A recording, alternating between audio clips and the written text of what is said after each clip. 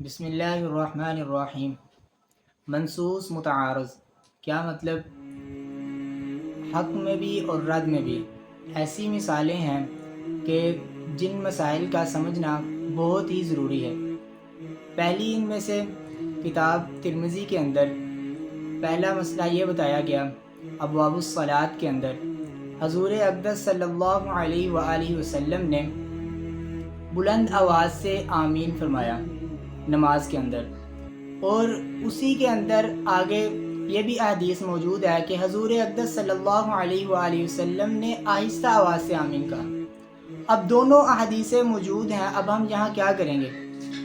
اب اسی طرح کچھ آگے چلیں، ایک یہ بھی حدیث آتی ہے کہ حضور اقدس صلی اللہ علیہ وآلہ وسلم نے التحیات بلند آواز سے پڑھی۔ اب ہم تو التحیات بلند آواز سے نہیں پڑھتے۔ اب یہاں حضور اقدس صلی اللہ علیہ وآلہ وسلم کا یہ بتلانا مقصود تھا، صحابہ اکرام کو یہ سکھلانا مقصود تھا کہ صحابہ میں یہاں کچھ پڑھتا ہوں، خاموش نہیں رہتا۔ اگر حضور اقدس صلی اللہ علیہ وآلہ وسلم نماز کے اندر بلند آواز سے آمین اس وقت نہ فرماتے تو ہمیں یہاں معلوم نہ ہوتا کہ پیارے آقا صلی اللہ علیہ وآلہ وسلم نماز میں سورۃ فاتحہ کے بعد کچھ لفظ بولتے ہیں۔ اب یہاں ایک مسئلہ آتا ہے کہ ہمیں کیسے پتہ چلے گا کہ حضور اقدس صلی اللہ علیہ وسلم نے اپنی مکمل زندگی کے اندر جب بھی سورۃ فاتحہ کے بعد بلند آواز سے آمین کہا یا آہستہ آواز سے؟ اب یہاں یہ بتایا جاتا ہے کہ حضور اقدس صلی اللہ علیہ وآلہ وسلم نے بلند آواز سے آمین اس لیے فرمایا کہ صحابہ کو سکھلانا مقصود تھا، وگرنہ آقا کی یہ عادت مبارک تھی کہ آہستہ آواز سے آمین کہتے۔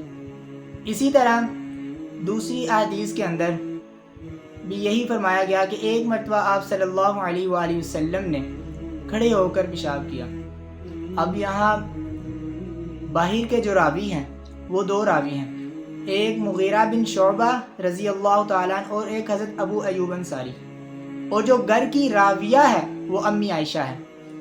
اب جو باہر کے صحابہ وہ یہ فرماتے ہیں کہ حضور اقدس صلی اللہ علیہ وآلہ وسلم نے کھڑے ہو کر پیشاب کیا۔ اب یہاں چند وجوہات ہو سکتی ہیں حضور صلی اللہ علیہ وآلہ وسلم کے کھڑے ہو کر پیشاب کرنے کی۔ پہلی تو وجوہات یہ ہو سکتی ہے کہ حضور اقدس صلی اللہ علیہ وآلہ وسلم کی کمر مبارک میں درد تھی، اطباء نے منع کہا تھا کہ آپ کھڑے ہو کر اگر پیشاب کریں گے کہ آپ کی کمر کی تکلیف کم ہو سکتی ہے۔ اور دوسرا یہ اس کے اندر یہ بتایا گیا کہ آپ صلی اللہ علیہ وآلہ وسلم کے گھٹنے مبارک میں تکلیف تھی، اس وجہ سے بیٹھا نہیں جا سکتا تھا، تو پیارے آقا نے کھڑے ہو کر پیشاب کیا۔ اور تیسری اس کے اندر یہ وجوہات ہو سکتی ہے کہ آپ صلی اللہ علیہ وسلم جب باہر پیشاب کے لیے تشریف لے کر گئے، وہاں جگہ جو تھی گندی تھی، آپ صلی اللہ علیہ وسلم اگر بیٹھ کر پیشاب کرتے تو کپڑوں کے ملوث ہو جانے کا خطرہ تھا۔ لیکن جب گھر کا مسئلہ آتا ہے، اما عائشہ رضی اللہ تعالیٰ عنہ فرماتی ہیں کہ پیارے آقا نے بیٹھ کر پیشاب کیا۔ ہاں اگر کھڑے ہو کر کیا ہے وہ ایک ایمرجنسی کی صورت میں ہے، لیکن پیارے آقا صلی اللہ علیہ وآلہ وسلم کی جو عادت مبارکہ تھی وہ بیٹھ کر پیشاب کرنے کی تھی۔ اب یہ مسائل، یہ مشکل مسائل، یہ ہمیں کون بتائے گا؟ Best of the holy Shariah.